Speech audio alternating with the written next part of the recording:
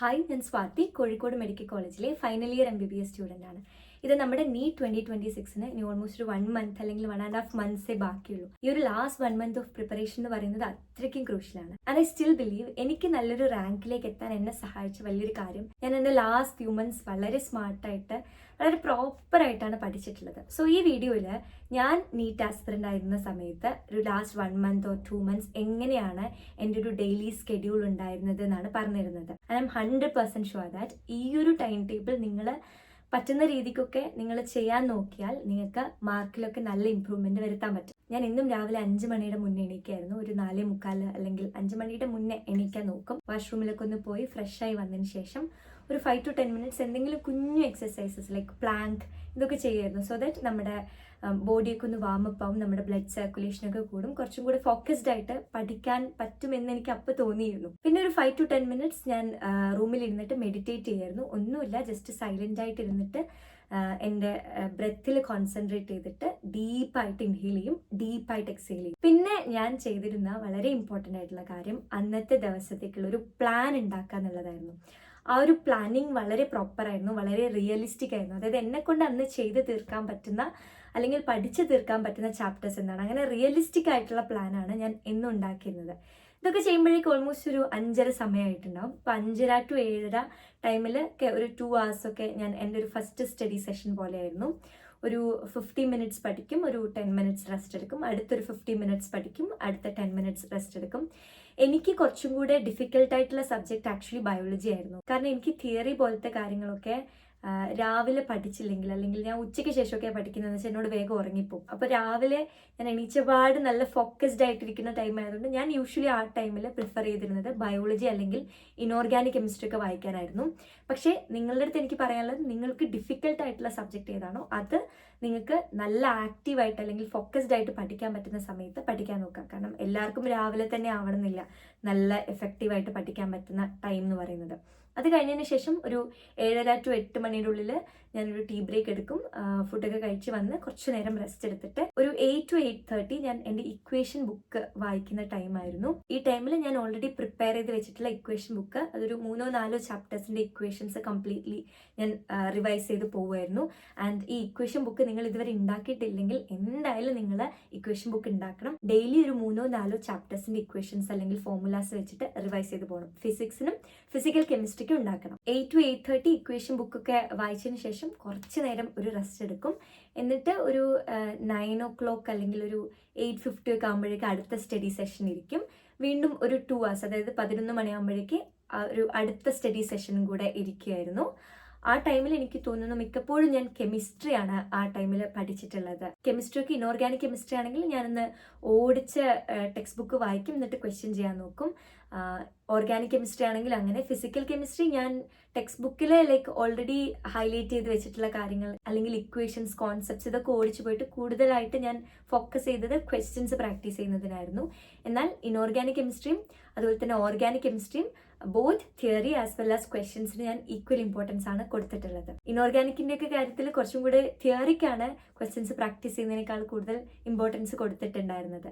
അത് കഴിഞ്ഞിട്ട് 11 മണിക്ക് ഞാനൊരു കുറച്ച് നേരം ഒരു 10 to 20 മിനിറ്റ്സ് റെസ്റ്റ് എടുക്കും. എന്നിട്ട് അടുത്ത സ്റ്റഡി സെഷൻ ഒരു 11:20 to 1:20 അടുത്ത സ്റ്റഡി സെഷൻ ഇരിക്കും. ആ ടൈമിൽ മിക്കപ്പോഴും ഞാൻ ഫിസിക്സ് ആയിരുന്നു പഠിച്ചിട്ടുണ്ടായിരുന്നത്. കാരണം എനിക്ക് ഉച്ച സമയത്തൊക്കെ ഫിസിക്സ് പഠിക്കുമ്പം ഉച്ചയ്ക്ക് അങ്ങനെ ഉറക്കം വരില്ല. ഫിസിക്സ് എനിക്ക് ഭയങ്കര ഇഷ്ടമായിരുന്നു പഠിക്കാനും ക്വസ്റ്റ്യൻസ് പ്രാക്ടീസ് ചെയ്യാനും. അപ്പോൾ ഞാൻ ബ്രെയിനൊക്കെ നല്ല എൻഗേജ്ഡ് ആയിട്ടിരിക്കുമല്ലോ ഉച്ച സമയം, അതുകൊണ്ട് ഉറക്കം വരാണ്ട് ഇരിക്കാനുള്ള ഒരു രീതിയായിരുന്നു എന്നെ സംബന്ധിച്ചിടത്തോളം ഉച്ചയ്ക്ക് ഫിസിക്സ് പഠിക്കുക എന്നുള്ളത്.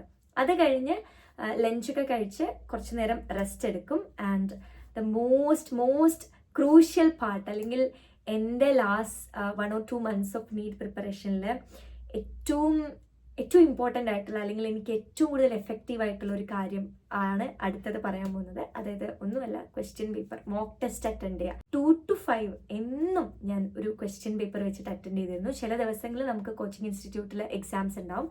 അതില്ലാത്ത ദിവസം ഞാൻ സ്വന്തമായിട്ട് ഏതെങ്കിലുമൊക്കെ ക്വസ്റ്റ്യൻ പേപ്പർ വാങ്ങി വെച്ചതോ അല്ലെങ്കിൽ മോഡൽ പേപ്പേഴ്സോ അല്ലെങ്കിൽ PYQs ഒക്കെ വെച്ചിട്ട് question paper mock test daily ഞാൻ നീറ്റ് എക്സാമിന് എങ്ങനെയായിരിക്കുമോ ഞാൻ എക്സാം എഴുതുക, ആ ഒരു എൻവയോൺമെൻറ്റ് ഞാൻ മനസ്സിൽ സങ്കല്പിച്ച് അതേ രീതിക്ക് ഞാൻ എക്സാം എഴുതുമായിരുന്നു. And it's very very important that നിങ്ങൾ എന്നും ഇങ്ങനെ ഒരു question paper mock test attend ചെയ്യുകയാണെങ്കിൽ നിങ്ങൾക്ക് നല്ല രീതിക്ക് മാർക്ക് ഇംപ്രൂവ് ചെയ്യാൻ പറ്റും. നിങ്ങൾക്ക് ഇങ്ങനെ പ്രാക്ടീസ് ചെയ്യാൻ ബെസ്റ്റ് ആയിട്ടുള്ള ഒരു മോക്ക് ടെസ്റ്റ് ഞാൻ പറഞ്ഞുതരാം. ദിശ പബ്ലിക്കേഷന്റെ മിഷൻ പോസിബിൾ വിത്ത് ദിശ ന്യൂ സിലബസ് ടെസ്റ്റ് സീരീസ് ആണുള്ളത്. വളരെ അഫോർഡബിൾ ആണ്. ടോട്ടൽ 15 ക്വസ്റ്റ്യൻ പേപ്പേഴ്സ് ഇതിലുണ്ട്. അതും പുതിയ സിലബസ് പ്രകാരം നമ്മുടെ നീറ്റ് 2025ന്റെ ഡിഫിക്കൽട്ടി ലെവലും അതിലെ പാറ്റേൺ ഓഫ് ക്വസ്റ്റ്യൻസിനൊക്കെ സിമിലർ ആയിട്ട് വളരെ മെറ്റിക്കുലസ് ആയിട്ട് ക്രാഫ്റ്റ് ചെയ്തിട്ടുള്ള 15 ക്വസ്റ്റ്യൻ പേപ്പേഴ്സ് ആണ് ഈ ഒരു ടെസ്റ്റ് സീരീസിലുള്ളത്. ഇത് കൂടാണ്ട് നിങ്ങൾക്ക് എക്സ്പെരിമെന്റൽ ഫിസിക്സിലും പ്രാക്ടിക്കൽ കെമിസ്ട്രിയിലും ഫ്രീ ബുക്കും അഡീഷണൽ ആയിട്ട് കിട്ടും. നമ്മുടെ ആക്ച്വൽ നീറ്റ് എക്സാമിന്റെ ക്വസ്റ്റ്യൻ പേപ്പർ എങ്ങനെയാണോ ആ ഒരു രീതിക്കാണ്. ആൻഡ് ഓരോ ബുക്ക്ലെറ്റിന്റെ കൂടെയും അവർ അഡീഷണൽ OMR ഷീറ്റും പ്രൊവൈഡ് ചെയ്തിട്ടുണ്ട്. ഓരോ ടെസ്റ്റ് പേപ്പറിന്റെയും കൂടെ 100% ആക്യുറേറ്റ് ആയിട്ടുള്ള സൊല്യൂഷൻ ബുക്ക്ലെറ്റും കൊടുത്തിട്ടുണ്ട്. എനിക്കിതിൽ ഏറ്റവും ഇഷ്ടപ്പെട്ട ഒരു ഫീച്ചർ എന്ന് പറയുന്നത് നമ്മൾ ക്വസ്റ്റ്യൻ പേപ്പർ അനാലിസിസ് ചെയ്യുന്ന സമയത്ത് നമുക്ക് ഈ ഒരു ക്വസ്റ്റ്യൻ NCERTയിൽ എവിടുന്നാന്നൊക്കെ ഡൗട്ട് തോന്നില്ലേ, അപ്പോൾ അവർ NCERT പേജ് ലൊക്കേറ്ററും ഓരോ ക്വസ്റ്റ്യൻ്റെ കൂടെയും കൊടുത്തിട്ടുണ്ട്. സോ ദാറ്റ് നിങ്ങൾ ക്വസ്റ്റ്യൻ പേപ്പർ അനാലിസിസ് ഒക്കെ ചെയ്യുന്ന സമയത്ത് നിങ്ങൾക്ക് ഈ ക്വസ്റ്റ്യൻ്റെ ആൻസർ കിട്ടാണ്ടിരിക്കുമ്പോൾ നിങ്ങൾക്ക് അപ്പം തന്നെ പോയിട്ട് NCERT റീവിസിറ്റ് ചെയ്യാം. ഇതൊന്നും കൂടാണ്ട് റാങ്ക് പ്രഡിക്ടറും അവർ ഈ ബുക്ക്ലെറ്റിൻ്റെ കൂടെ പ്രൊവൈഡ് ചെയ്യുന്നുണ്ട്. അതായത് നിങ്ങളുടെ മാർക്കിനനുസരിച്ച് ഈ ഒരു എക്സാമിൻ്റെ ഡിഫിക്കൽട്ടി ലെവൽ അനുസരിച്ച് നിങ്ങളുടെ ഓൾ ഇന്ത്യ റാങ്ക് എത്രയായിരിക്കും പ്രഡിക്റ്റ് ചെയ്യുന്ന രീതിക്കുള്ള ഒരു റാങ്ക് പ്രഡിക്ടർ. നിങ്ങളുടെ വീക്ക് ഏരിയാസ് ഇംപ്രൂവ് ചെയ്യാൻ വേണ്ടിയിട്ട് പെർഫോമൻസ് അനലൈസറും അതുപോലെ തന്നെ പാസ്റ്റ് 5 ഇയേഴ്സിലുള്ള നീറ്റിൻ്റെ ഒരു ട്രെൻഡ് അനലൈസ് ചെയ്യാൻ വേണ്ടിയിട്ട് നീറ്റ് ട്രെൻഡ് അനലൈസർ ഒക്കെ ഇതിൽ കൊടുത്തിട്ടുണ്ട്. ദിശയിൽ 100% എറർ ഫ്രീ ആൻഡ് ഒത്തൻറ്റിക് ആയിട്ടുള്ള ക്വസ്റ്റ്യൻസ് ആണ്. ഇഫ് നിങ്ങളിത് വാങ്ങിച്ച് പ്രാക്ടീസ് ചെയ്യുകയാണെങ്കിൽ എന്തായാലും നിങ്ങൾക്ക് നല്ലൊരു ഇംപ്രൂവ്മെന്റ് വരുത്താൻ പറ്റും. ഓൾറെഡി ഇതിന് 40% ഡിസ്കൗണ്ട് ഉണ്ട്. നിങ്ങൾക്ക് എക്സ്ട്രാ ഡിസ്കൗണ്ട് കിട്ടണമെങ്കിൽ SWATI05 എന്ന് പറയുന്ന എൻ്റെ കൂപ്പൺ കോഡ് യൂസ് ചെയ്യാം. ഞാൻ ഡിസ്ക്രിപ്ഷനിലും അതുപോലെ തന്നെ പിന്നിട്ട് കമന്റിലും ലിങ്ക് കൊടുത്തേക്കാം. സോ 5 മണിയാകുമ്പോഴേക്ക് ഞാൻ എക്സാം ഒക്കെ എഴുതി കഴിയും. പിന്നെ ഞാൻ ഏറ്റവും കൂടുതൽ റെസ്റ്റ് എടുക്കുന്ന ടൈം ഈ എക്സാം എഴുതി കഴിഞ്ഞിട്ട്. കാരണം ഒരു 3 മണിക്കൂർ ഞാൻ ആ ഇരുന്നിടത്തുനിന്ന് അനങ്ങ് പോലും ചെയ്യാണ്ടിലേക്ക് എങ്ങനെയാണോ ആക്ച്വൽ നീറ്റ് എഴുതുന്നത് അതുപോലെയാണ് വിചാരിച്ച് ഞാൻ എല്ലാ എക്സാംസും മോക്ക് ടെസ്റ്റും അറ്റൻഡ് ചെയ്തിരുന്നത്. ഇപ്പോൾ ഹോസ്റ്റലിരുന്ന് ചെയ്യുകയാണെങ്കിൽ പോലും. അപ്പോൾ പേപ്പർ കംപ്ലീറ്റ് ആക്കി കഴിഞ്ഞതിന് ശേഷം ഞാനൊരു 1 hourൻ്റെ അടുത്ത് റെസ്റ്റ് എടുക്കുമായിരുന്നു. ആ ടൈമിൽ ഞാൻ കുളിച്ച് ഫ്രഷ് ആവും, കുറേ നേരം എൻ്റെ ഫ്രണ്ട്സൊക്കെ ആയിട്ട് സംസാരിക്കും, ടീ ബ്രേക്ക് ഒക്കെ ആ ടൈമിൽ എടുക്കും. എന്നിട്ടൊരു 6 മണിയാകുമ്പോഴേക്കും ഞാൻ വീണ്ടും പഠിക്കാനിരിക്കും.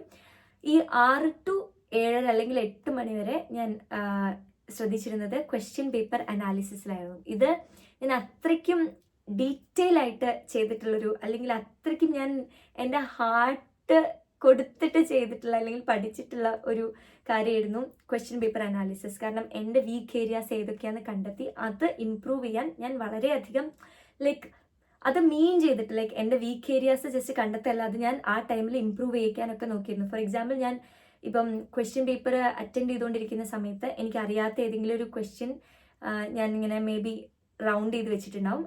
എക്സാം കഴിഞ്ഞിട്ട് ക്വസ്റ്റ്യൻ പേപ്പർ അനാലിസിസ് ചെയ്യുമ്പം ഈ ഒരു ക്വസ്റ്റ്യനെ പറ്റി കൂടുതൽ നോക്കണം, അല്ലെങ്കിൽ ഈ ഒരു ഭാഗം NCERTയിൽ പോയിട്ട് നോക്കണം എന്നൊക്കെ ഞാൻ റൗണ്ട് ചെയ്ത് വെച്ചിട്ടുണ്ടാവും. അപ്പോൾ ഞാൻ തെറ്റിയിട്ടുള്ള ക്വസ്റ്റ്യൻസും ഇങ്ങനെ റൗണ്ട് ചെയ്ത് വെച്ചിട്ടുള്ള ക്വസ്റ്റ്യൻസും ഒക്കെ ഞാൻ എക്സാം പേപ്പർ അനാലിസിസിൽ നോക്കുമായിരുന്നു. നിങ്ങൾക്ക് വേണമെങ്കിൽ ഞാൻ എക്സാം പേപ്പർ അനാലിസിസും അതുപോലെ തന്നെ ക്വസ്റ്റ്യൻ പേപ്പർ അറ്റൻഡ് ചെയ്യേണ്ട രീതിയും പറഞ്ഞുകൊണ്ട് ഒരു ഡീറ്റെയിൽഡ് വീഡിയോ ഇടാം. ചില ദിവസം എക്സാംസ് ഒക്കെ ഈസി ആവുന്ന സമയത്ത് എക്സാം പേപ്പർ അനാലിസിസ് വേഗം കഴിയും. അപ്പോൾ എക്സ്ട്രാ വരുന്ന സമയം ഞാൻ വേറെ ചാപ്റ്റേഴ്സ് ഒക്കെ പഠിക്കാൻ യൂസ് ചെയ്തിരുന്നു. ഇൻവേസ് 8 മണിക്ക് കഴിയുകയാണെങ്കിൽ പിന്നെ ഞാൻ പോയിട്ട് എൻ്റെ ഡിന്നർ കഴിക്കും. ദെൻ ഒരു 8:30 ആകുമ്പോഴേക്ക് വീണ്ടും പഠിക്കാനിരിക്കും. എനിവേസ് എല്ലാ ദിവസവും ഞാൻ രാവിലെ എഴുതി വെച്ചിട്ടുള്ള പ്ലാൻ അനുസരിച്ച് പഠിക്കാൻ വേണ്ടി നോക്കിയിരുന്നു.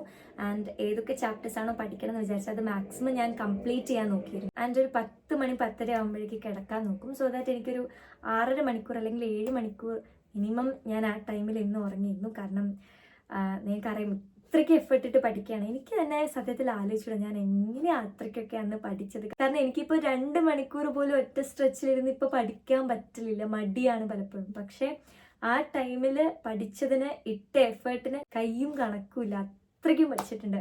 ഞാനിപ്പോൾ കാലിക്കറ്റ് മെഡിക്കൽ കോളേജിൽ നിൽക്കാനുള്ള ഓൺലി റീസൺ ഞാൻ അന്നിട്ട എഫേർട്സ് ആണ്. സോ എല്ലാവരും അടിപൊളിയായിട്ട് പഠിക്കുക. കുറച്ച് കാലം കഴിഞ്ഞിട്ട് നിങ്ങളും ഇങ്ങനെ വിചാരിക്കണം, എൻ്റെ ഡ്രീം കോളേജിൽ എനിക്ക് എത്താൻ പറ്റിയത് ഞാൻ അന്ന് അത്രയും എഫേർട്ട് ഇട്ടത് കൊണ്ടാണ്.